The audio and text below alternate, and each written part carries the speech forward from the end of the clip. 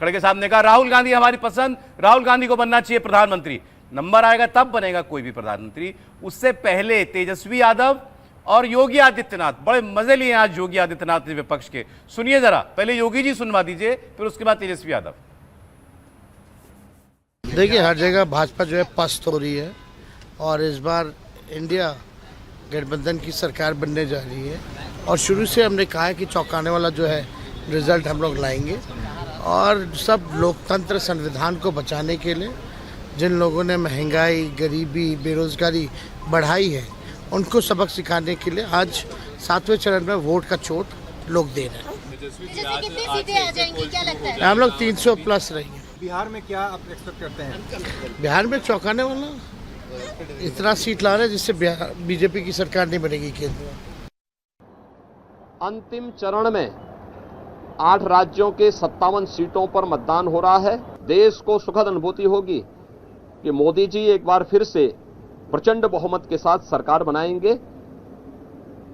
उत्तर प्रदेश इसमें अपनी भूमिका का निर्वहन करेगा।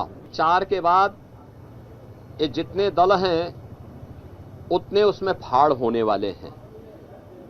दोनों एक दूसरे के ऊपर दोषारोपण करेंगे, एक दूसरे को गाली देंगे।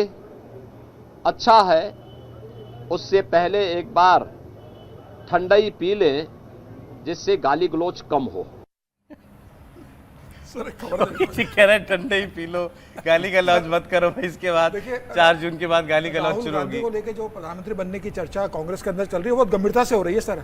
ऐसा नहीं कि चर्चा हो रही है। मैं आपको एक खबर बताता हूँ।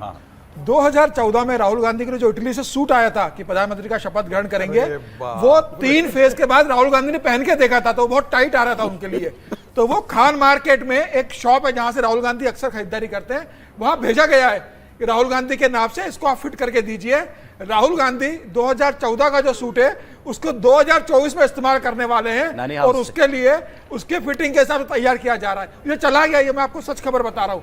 खान मार्केट में राहुल गांधी का 2014 का इटली से आया हुआ सूट राहुल गांधी के फिटिंग से फिट करने के लिए दे दिया गया है और ये कह दिया गया है कि भाई ये हमें 7 जून भी बता दिया देना। वो टाइट हो गया था राहुल गांधी। नहीं हर्षवर्धन जी एक मिनट, ये नहीं हर्षवर्धन जी, पहले ऐसा होता था, लड़के का ब्याह हुआ होता था तो कहा जाता था कि हमारे यहाँ मन्नत है और परंपरा है, नानी के यहाँ से सूट आएगा तभी हम पहन करके जाएंगे, बारात लेकर के जाएंगे ससुराल में। नहीं तो ये ऐसा, अरे भाई राहुल गांधी के पास कोई पैसे की कमी है जो नया सूट यहाँ नहीं, 14 वाले अटैचमेंट। मेरी बात तो सुनिए, 2014 में भेजा गया था ननिहाल से कि राहुल गांधी पीएम बनेंगे तो ये सूट पहनेंगे। तो वो नानी का इमोशनल अटैचमेंट है राहुल गांधी के साथ। तो सोनिया गांधी भी चाहती कि जब पीएम बने तो इटली का सूट पहने। वो सीरियस नोट पर ले जाना चाहता हूं भाई। कांग्रेस अगर 125 सीटें उसको लगता है कि हमारी आ सकती है, चांस है, 90% चांस है, तो भाई क्यों नहीं वो चाहेंगी राहुल गांधी प्रधानमंत्री बने। और कांग्रेस को 100 सीट के ऊपर आ गई तो मुझे तो लगता है, और अगर विपक्ष के पास नंबर हो गए तो सबसे पहला नंबर राहुल गांधी का ही है ना भाई इस लिस्ट में। देखिए, पहली बात तो ये कि ये जो जिसको कहें कि उम्मीद ज़्यादा की करना अच्छा है, लेकिन हम लोगों का तो कुछ लेना देना है नहीं। कोई कुछ करेगा, कोई कुछ नहीं करेगा, उससे फ़र्क नहीं पड़ेगा। सरकारों से भी फर्क नहीं पड़ता। हाँ, लेकिन देश जब उल्टी दिशा में जाता दिखता है तो थोड़ा फर्क पड़ता है। आप डर से जाते हैं जब भी ये सवाल आता है, क्यों आप घबरा से जाते हैं? बिल्कुल, ये मुश्किल है कि आप पूरी की पूरी नीतियां, इकोनॉमी जो दुनिया आज कह रही, इकोनॉमिस्ट की इंटेलिजेंस रिपोर्ट क्या कहती है, इकोनॉमिस्ट मतलब पत्रिका वाली इंटेलिजेंस रिपोर्ट, वो अरविंद केजरीवाल नहीं कि रॉ ने मुझे बताया कि इतनी सीटें आएंगी गुजरात वाला, वो अलग। इकोनॉमिस्ट जो दुनिया की प्रतिष्ठित अर्थशास्त्र की मैगजीन है, आर्थिक पत्रिका है, वो कह रही है कि 2040 तक भारत विकसित देशों की तरह औसत प्रति व्यक्ति आय की कैटेगरी में चला जाएगा। भारत को दुनिया में जो इकोनॉमी के तौर पर तो 5वें से हम तीसरा इसलिए चले जाएंगे, 3.94 है, 4.1 है, 4.2 है, लेकिन जो दूसरा और पहला है वो 18 और 28 ट्रिलियन डॉलर है, तो उनसे हम अभी बहुत नीचे, 4 ट्रिलियन डॉलर, 18 और 28, लेकिन हम उस तरफ बढ़ेंगे अगर ये पूरी गाड़ी हमने मोड़ दी।